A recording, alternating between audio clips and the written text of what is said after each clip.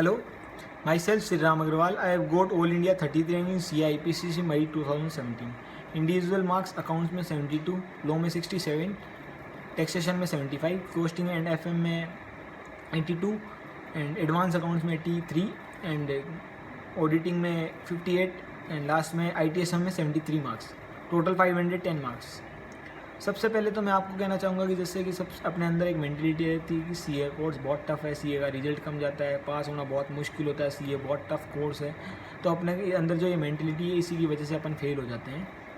अपने अंदर जिस दिन ये मेंटलिटी आ जाएगी CA कोर्स बहुत ईजी है, तो अपन आराम से CA क्लियर कर पाएंगे और एक अच्छे CA बन पाएंगे। दूसरी चीज़ होती है कि कौन से मटेरियल पे अपन फोकस करते हैं। अपन को ज़्यादा से ज़्यादा यही कोशिश करनी चाहिए कि अपन को ICI के मटेरियल पे फोकस रखें।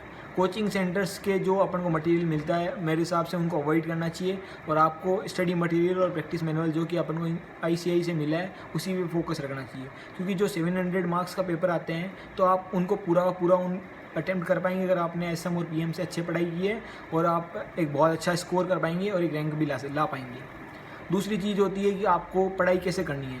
पढ़ाई आपको रेगुलरली करनी पड़ेगी और कंसिस्टेंटली करनी पड़ेगी, क्योंकि मैंने 12 to 14 आवर्स रेगुलर स्टडीज़ की थी और एंड की टाइम में 14 to 16 आवर्स भी मैंने स्टडीज़ की थी। इसी की वजह से मैं आज रैंक ला पाया हूँ।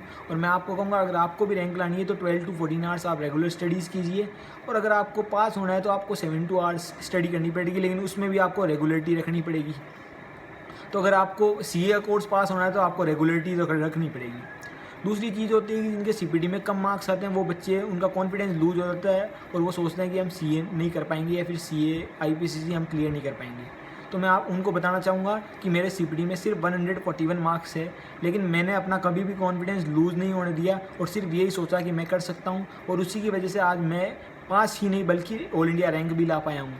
तो ये बहुत बड़ा रोल प्ले करता है। अपना कॉन्फिडेंस लेवल कभी भी डिक्रीज़ नहीं होने देना चाहिए और कॉन्फिडेंस को बिल्डअप करना चाहिए।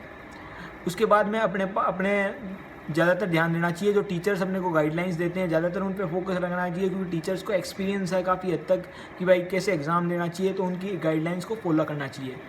और ज़्यादातर बच्चों को प्रॉब्लम्स आती है थ्योरेटिकल सब्जेक्ट्स में।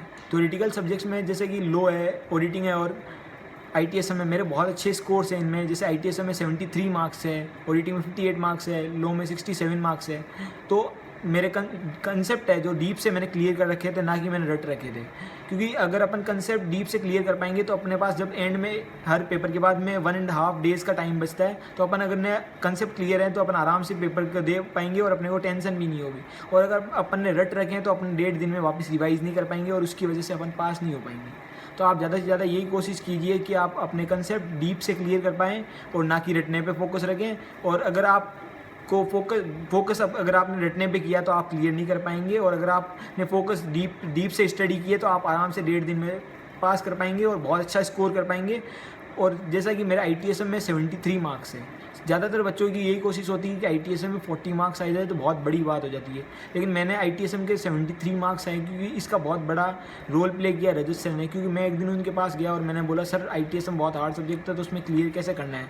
तो उन्होंने बोला ITSM हार्ड सब्जेक्ट है, ये मेंटलिटी आप चेंज कर लो और आप ये सोचो ITSM एक स्कोरिंग सब्जेक्ट है। जैसा कि अपन सब मानते हैं कि ITSM हार्ड सब्जेक्ट है, जैसा कि मैं भी मानता था पहले, लेकिन मेरे को रजत सर ने समझाया कि ITSM को आप स्कोरिंग सब्जेक्ट बनाओ, और मैंने उनकी बात को माना और उसी तरह एक लिया। तो आज मैं बहुत अच्छा स्कोर कर पाया हूँ। 73 मार्क्स एक बहुत अच्छा स्कोर है, क्योंकि ITSM में जो अपने अंदर होता है कि भाई उसको रटना है और सेम टू सेम लैंग्वेज लिखनी है, ऐसा कुछ भी नहीं है। अगर आपने कंसेप्ट को डीप से क्लियर कर रखा है तो आप एक बहुत अच्छा स्कोर कर पाएंगे। और जो रजत सर ने 14 आवर्स की वीडियोज़ डाली थी यूट्यूब पर, मेरे को उनसे बहुत ज़्यादा हेल्प मिली, क्योंकि जो IT का पेपर था सेम टू सेम सारा वीडियो से कवर हुआ। और उन वीडियो से एक और हेल्प मिलती है कि अपन को सर ने बता रखा है कि कौन सी चीज़ पे कहाँ पे फोकस डालना चाहिए अपन को।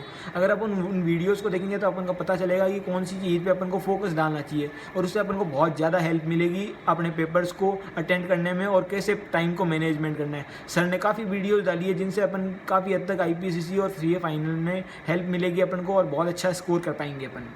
तो मैं चाहूँगा कि आप ज़रूर उन वीडियोज़ को और उन सर के जो गाइडलाइंस है उनको फॉलो करें और आप एक बहुत अच्छा स्कोर कर पाएंगे।